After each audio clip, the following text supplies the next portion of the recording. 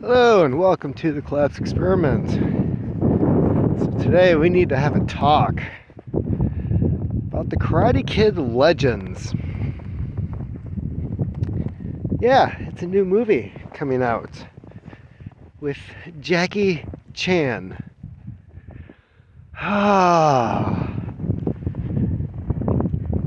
Now, I grew up during the 80s. My teenage years were in the 90s. The Karate Kid, very special place in my heart. The first one. Second one wasn't bad, wasn't great, wasn't exactly the first movie, but hey, you know, we got a sequel. And they went to Okinawa, that was cool. And there's the third one. Oh lordy. To this day, I've only seen the third movie once. And that was, there's a reason why there's only 3 original movies. It's because the third one just absolutely killed the franchise. And a couple years later, they tried bringing it back with the next Karate Kid. With Hilary Schwank, $1 Million Baby. Which, in my opinion, I thought was actually not all that bad. Totally different story, different main character. You still had Mr. Miyagi. You know, I wasn't completely opposed to it. But, you know, it didn't have Daniel-san, so I think a lot of people just didn't watch it, and it wasn't as big of a hit as the original Karate Kid. So you'd think they would have just left it alone after that. But no. You had to have Will Smith and his... What is Jaden Pinkett Smith? Like, I see this kid, you know, he was not necessarily masculine. I mean, he was still like a young kid for like After Earth and being in The Karate Kid, which had no karate in the movie. None. Like, why? Why did it have to have that title? It wasn't even the same plot. It was just, oh, a black kid moves to China,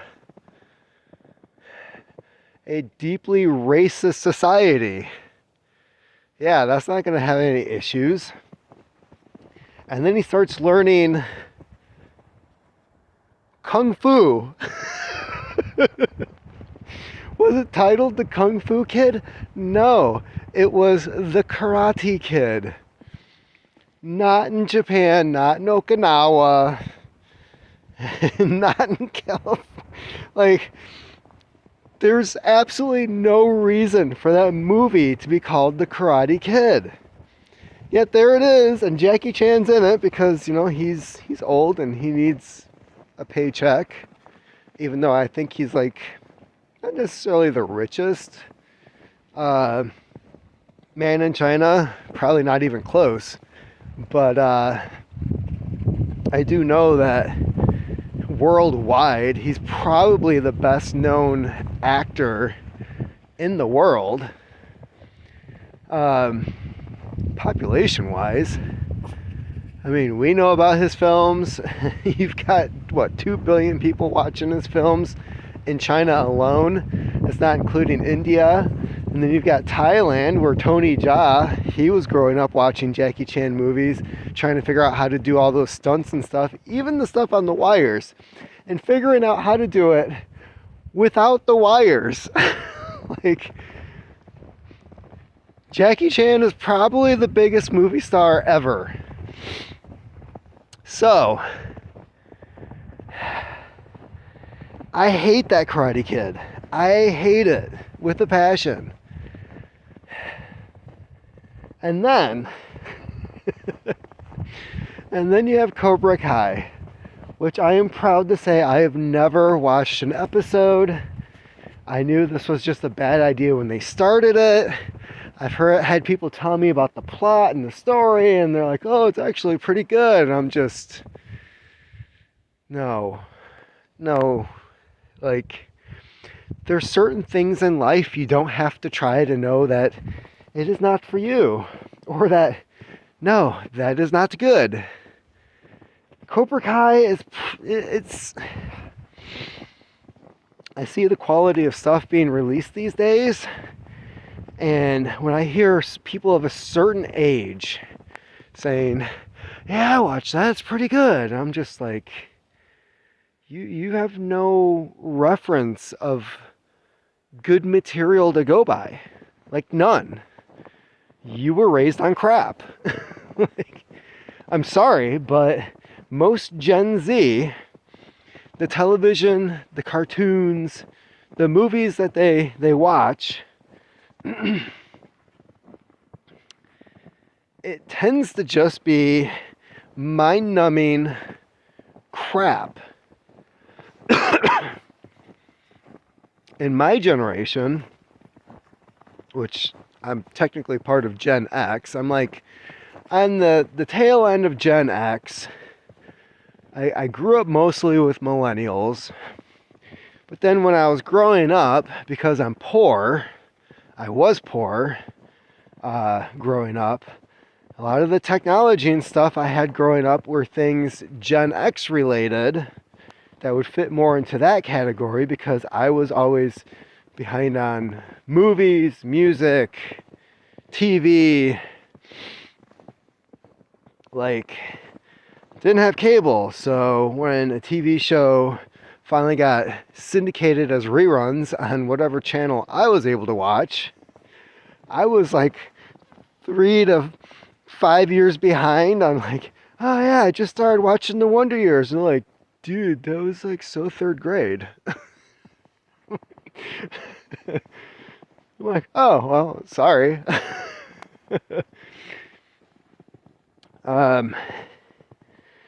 So yeah, so let me lay down the plot from what I can gather on this preview that I saw for Karate Kid Legends. Well, there's no Mr. Miyagi. Mr. Miyagi passed away long time ago. So now we're stuck with Jackie Chan. And for some reason, Jackie Chan has to contact Daniel-san to help his student, who's supposed to be how Mr. Miyagi viewed Daniel-san. Like, this is going to be the era of like his style of kung fu or some crap. But then to top it off, Daniel-san has to teach karate to this kid who's a kung fu student. Do you see the problems here? There's so many problems. I studied martial arts for a long time. From about the age of 12 until I was almost 30, I was on and off going to different schools, going to tournaments, learning different styles, like broadening my knowledge. Was I good? I was okay.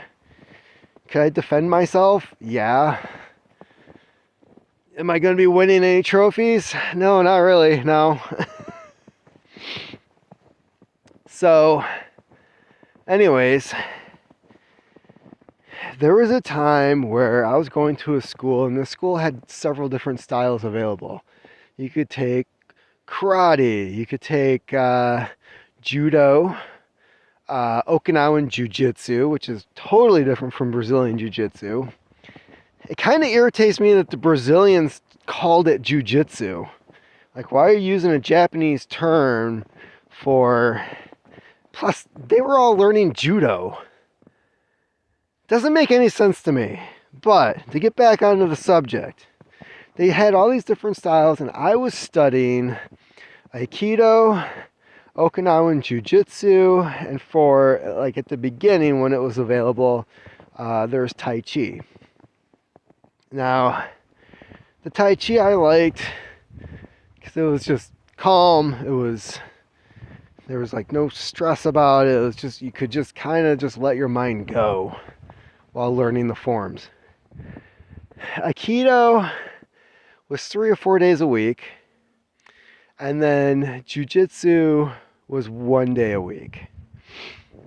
Now, I took Jiu-Jitsu for about 2 years. And the teacher, he let it known, he was not happy that I was taking Aikido. But I was like, I can study Aikido, take it a couple days a week. I feel like I'm getting my money's worth going to this school.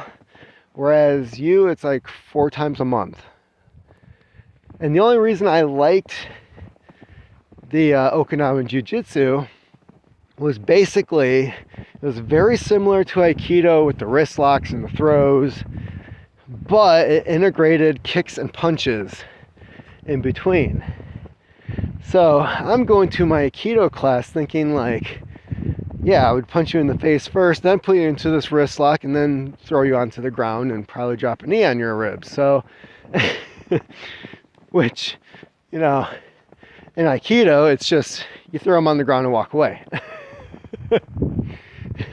But like I said, I was interested in learning how to defend myself more than the philosophy of like, yeah, I'll just let him shoot me after I threw him on the ground. So,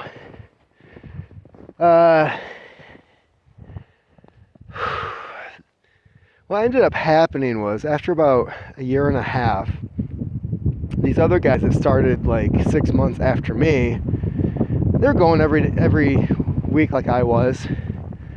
But these 2 guys show up and they have patches on their gis.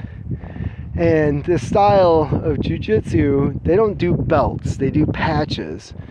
And the patches that are sewn onto your gis show your level and like what you're good at. I kind of look at them like,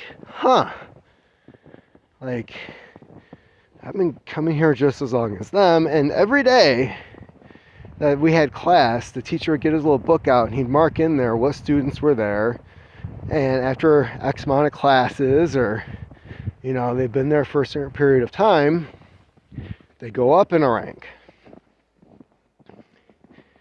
And it became very apparent that unless I stopped taking Aikido, I wasn't going anywhere in Jiu-Jitsu. Which actually I was fine with. The teacher himself was kind of a dick. I ran into him a couple times outside of the class, and he was very antisocial, kind of just give you a double take, not say hi, like purposely walk away. So it's kind of the person he was. But to get back to Karate Kid Legends, no, for one, the Chinese and the Japanese hate each other. They hate each other. No, Mr. Miyagi and Jackie Chan are not going to be friends, okay? That's not going to happen. The other thing is, martial arts instructors do not like their students, unless it's an MMA school, which, that's a whole different mentality on what you're trying to learn anyways. Martial arts instructors do not like their students learning other things while going to their school. That's a big no-no. It's one of the reasons Bruce Lee was getting in trouble with a lot of different kung fu schools. He was learning outside stuff. He was teaching people that were not part of the culture. I mean, there's a lot of issues. This isn't kung fu. Yeah, no, he just improved it. So, yeah, this movie, I've got a couple guys at work, they're like, oh no, it's going to be awesome. And I'm like, no, it's not. It's not going to be awesome. You want some awesome kung fu movies? I can give you a list of awesome kung fu movies. Karate Kid Legends is not going to be one of them. So yeah, just bending over another portion of my childhood and sticking it. I'm so tired of this. It's like, there's just certain things. Could you just leave them alone?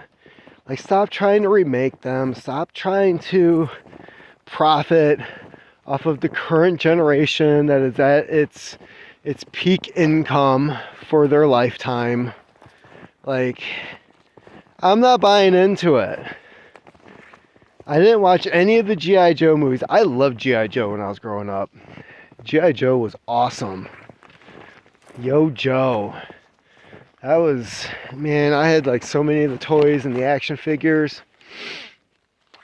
And then the movies start coming out. And I'm seeing the previews and I'm like, what is this? This isn't G.I. Joe. I don't know what it is, but it's not G.I. Joe. And again, the younger generation, they didn't have the cartoon, they didn't have the toys, they didn't have the animated movie where everybody thought Duke died. No. Instead, it was these movies with Channing Tatum. Please tell me he didn't play Duke. Please tell me he didn't play Duke. And then there's Snake Eyes, which Snake Eyes was always badass. And I hear that there's a Snake Eyes movie, and I would probably watch it if I could find it for free. Because I'm not paying money for this shit. I'm not. It's probably going to be garbage, but it's like, if they made a decent Snake Eyes movie, I might change my opinion on some of this stuff. But no, even when I looked into the plot for that, I was like, this doesn't really make any sense. So yeah, they just keep doing this stuff over and over again.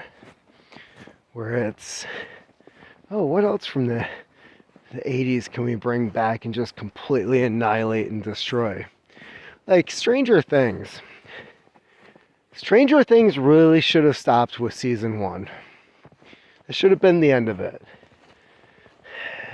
The problem with American television and movies, and this is where the Japanese got it right. So there's a series of movies, sometimes referred to as the Blind Swordsman, the Zatoichi series. And Zatoichi, from the 60s until I believe the 80s, they made one of those films per year. Same actor. It went from black and white into color. The guy was young, and then he was kind of like pudgy and old towards the end. And the idea in Japan was, if you have a hit movie, you keep making those movies until you stop making money on them. So you know they're making a ton of money on these Blind Swordsman movies for what, 20, 25 years? Like, there is a ton of these movies out. Here, the scheduling, especially with kids, it's horrible with kids. Like, how are you going to keep doing Stranger Things when these kids are like, you're trying to say like they were in middle school in the first movie, oh, it's only been a year, but now they're like ready for college. What are you doing? So Hollywood here, it's you make a movie and you promote the crap out of it for like a year and you rake in your money, but then by the time you figure out you want to make a sequel, it's already been a year or two. You don't have a script written, so now you got to hurry up and write a script. You got to get that approved. You got to make sure the cast and crew and everybody is able to make this new series or movie that you want to do. And by the time the next one comes out, it's been 3-4 years. And when it's kids, it's like, you can't say it's, well, you remember last year? It's like, oh, you mean, the time before she hit puberty? And it was noticeably, like, you can tell she's like 13, 14 years old now. She's no longer 10, but last year, yeah, they royally screwed up Stranger Things. I never really felt like they kind of grasped onto like the whole 80s thing either. Like they're putting in what Hollywood wants you to remember about the 80s as opposed to like what the 80s were really like.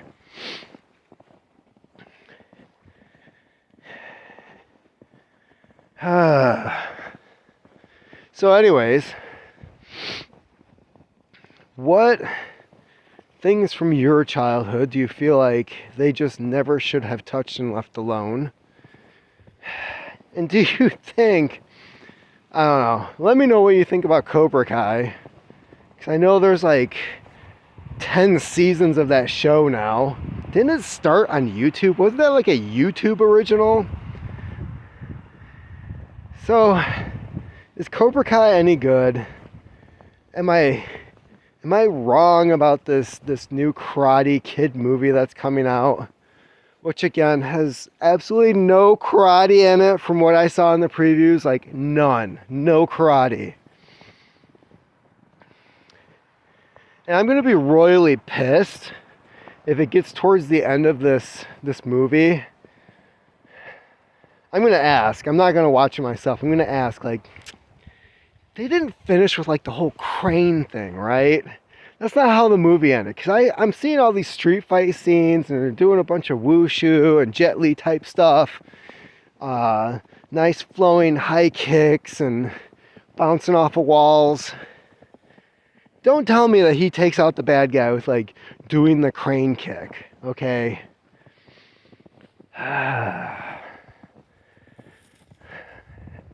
That's about it for me.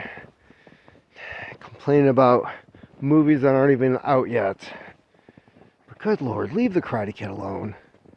Come on. It's bad enough they made those like straight to VHS Bloodsport sequels. Good God. What were they thinking? Keep on typing.